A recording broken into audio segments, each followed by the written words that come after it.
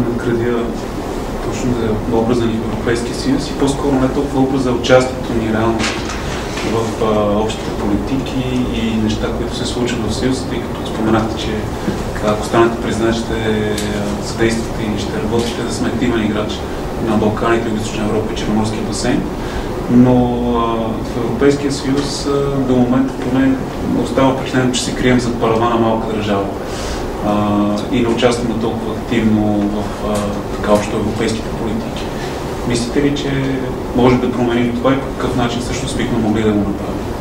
Ние не само, че може да променим това нещо, ние съвсем не бяхме пасивна държава тогава, когато влезахме в Европейския съюз. Редица европейски политики се случват с българска инициатива. Дунавската стратегия е българо-австрийско-унгарска инициатива, която беше изработена и която стана факт. Черноморската синергия е изцяло българска инициатива, която по-нататък прерасна в източно партньорство. Това е също много ясна и много важна европейска политика. Начина, по който се структурира сътрудничеството и регионалното на Балканите е също българско предложение, което е до голяма степен модела на северното партньорство, на северните страни, така нареченото северно измерение, в което са свързани страни и членки на Европейския съюз и не членки на Европейския съюз. Много подобни елементи ще видите в това регионално сътрудничество. Така че ние сме показали, че можем не само да сме активни, но и да предлагаме политики, които са в интерес на Европейския съюз и които стават европейски политики. Така че въпросът самочувствие. После дойде един период, в който ние изчезнахме и ние в момента си мислим, че сме много пасивен член на Европейския съюз. Върнахме се обратно в позицията на някакъв ученик, на който му дават съвети и той се опитва да си научи уроците и нещо да направи. Това според мен е доста сгрешен подход. Никой не иска от нас такова нещо. Просто ние действително да имаме самочувствие, което не да е празно, а самочувствие основано на експертиза, на знания, на възможности, да предлагаме политики и да даваме впечатление на нашите партньори, че ние знаем как се осъществяват тези политики. Това не само да е възможно, това е задължително и това сме го правили, така че трябва да имаме самочувствието, че може. Да започнем от самочувствието. Наистина България, една малка страна, една малка България, има самочувствието и трябва да има самочувствието, че една от 20-те страни в цял свят, до 193 страни членки на Обединените нации, която разполага с програмата Младежки делегат към ООН. Много накратко, това е млад човек, който се включва в националната делегация на страната и работи по текста на Световната резолюция за младежта.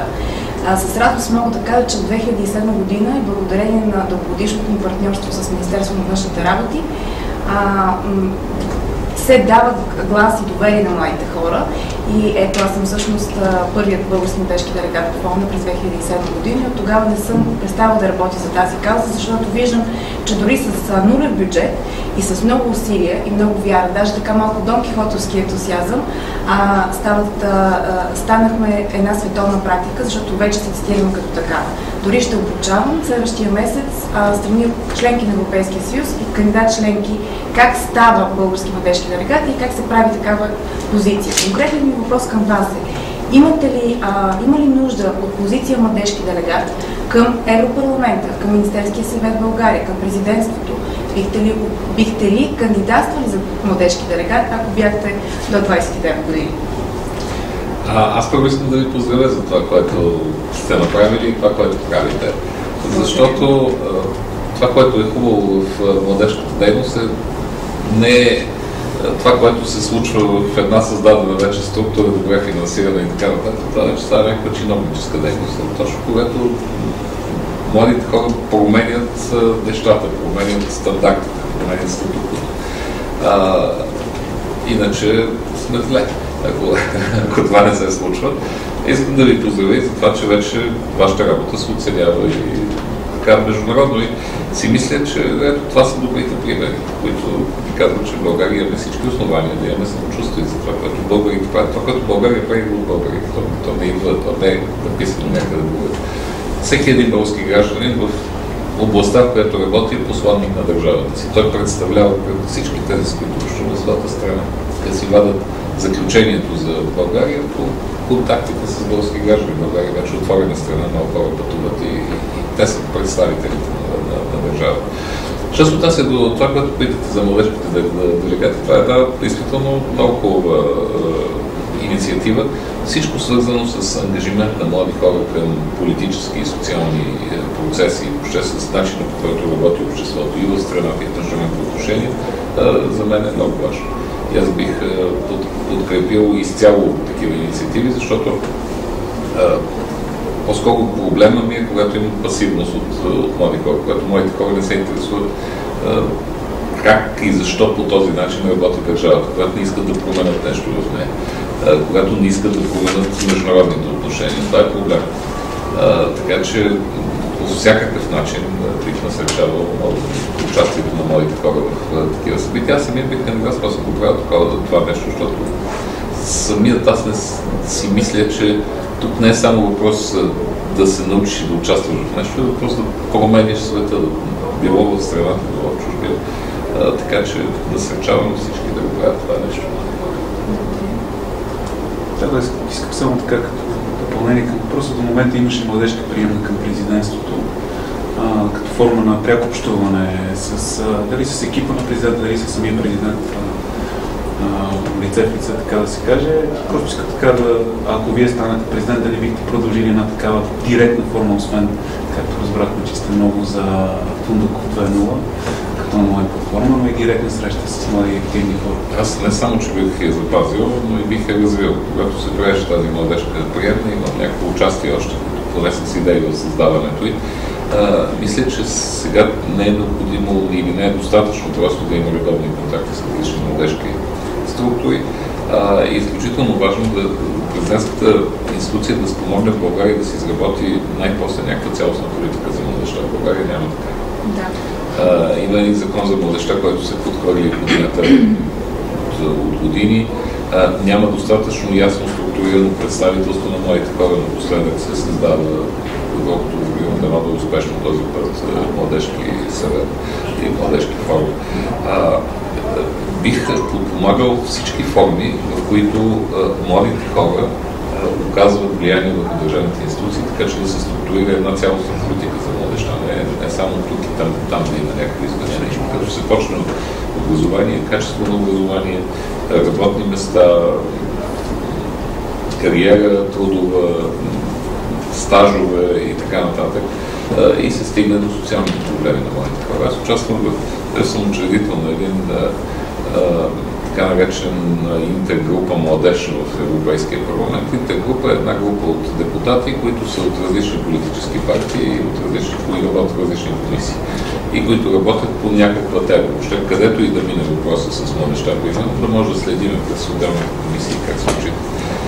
Аз специално съм заместник председател на бюджетната комисия и се радвам, че в бюджета за 2011 година много ясно беше структурирана младежката политика. Всички европейски инструменти бюджетни, които могат да се използват за младежка политика и младежки дейности, които са доста разпиляни. Така че въпросите с младежта и с някаква цялостна политика за младите хора е нещо, което според мен е много важно. Така че тази приемна аз бих е развил в някаква платформа, в която да се настоява от президентската институция, чрез организациите на младите хора за формулиране на една такава политика. Ако ви разбирам правилно, бихме ли могли да кажем, че говорим за нещо като национален консултативен съвет по младежта? И кръстете го както искате. Това трябва да бъде някаква платформа, в която действително да се срещат различни мнения и да се използва авторитета на президентската институция, за да се предлагат и да не кажа налагат, че е силна дума, но да се настоява да се приемат решения в изпълнителната власт, законодателната власт. Да. Благодаря ви. Нека да върнем отново темата на разговори към човекът Калфин. Какво казвате на вашите деца, къде учат, работят и живеят те? Какво ще кажете на вашите внуци? Трябва ли да останат в България, защо да отидат в чужбина, да учат добри университети и да придобият професионален опит там и да се върнат тук? Или как един млад човек, или не само млад човек, как един гражданин на България може да работи за каузата в България, независимо къде живее по света, и в личен план и вече професионален, вие като евентуален президент или като активен политик и дипломат, как работите за тази кауза? Първо за мен в Европа той има такъв термин общо образователно пространство. Би трябвало българските, моите хора да имат самочувствието, че могат да учат навсякъде и средно, и висше образование. И даже бих искал много по-активно да се използват всички проблеми, свързани с студентски обмен и с младежки обмен. Има такива. Аз по продължение на повече от година работя по един проект, свързан с стимулиране точно на използването на програма Еразъм на различни форми за студентски обмен. България е много назад в това отношение.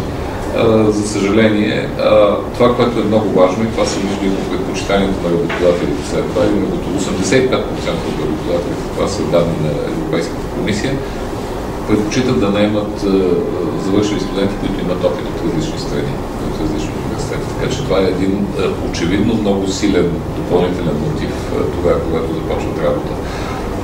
Много неща трябва да се направят, за да се работи в България както трябва. Примерно тази година правителството реши да направи една крачка в обратна посока, намали на половина стипендиите по Еразъм, с което на практика те стават достъпни само за хора с финансови възможности, което не е редно и не е справедливо. Но редица други инициативи биха могли да се направят. Аз даже искам да призова всички да участват в една инициатива, която повече от година се занимавам с нея, свързана е с автоматичното признаване на дипломи от европейски университети в България. Безумна процедура в момента и то за млади хора, които искат да се върнат с дипломите си в България. Тези пречки трябва да се отстранят. Оттам нататък младите хора да имат възможност да учат където решат в Европейския съюз, да получават едно добро образование, българските университети да се конкурират с всички останали и за български, и за други европейски студенти. Но ще се радвам, ако в крайна сметка това добро образование доведе младите хора тук в България. Разбира се, това е въпрос и на икономически възможности, и на социална политика и така нататък. Така че аз съм за един отворен подход и България по-скоро не е административно, а трябва с политика, която да създава среда за младите хора и да привличаме страна. Иначе аз имам една дъщеря. Дъщеря ми в момента от 2 години, както съм в Европейския парламент, учи в Европейското училище в Брюксел, защото там съм повечето време от седмицата. Добре, какво ще кажете на внуците си, наистина последно, може би? Защо да останат в България? Рано ми е за внуците, още за дъщеря си, тя е 16 годишна, надявам се нея да успее да го убедят. Тя между другото е доста убедена. Тя на практика през интернет живее в България с приятелите си, но тук е дома и това е чувството. Само исках да попитам аз един от въпросите от нашата хора от страната, ние във Фейсбук, ако станете президент, какви правомощия бихте дали на вице-президента си? Стефан Данилов е един човек, който освен доказано голям гадетел за развитието на българската култура, за развитието на българската диаспора, на българите зад граница.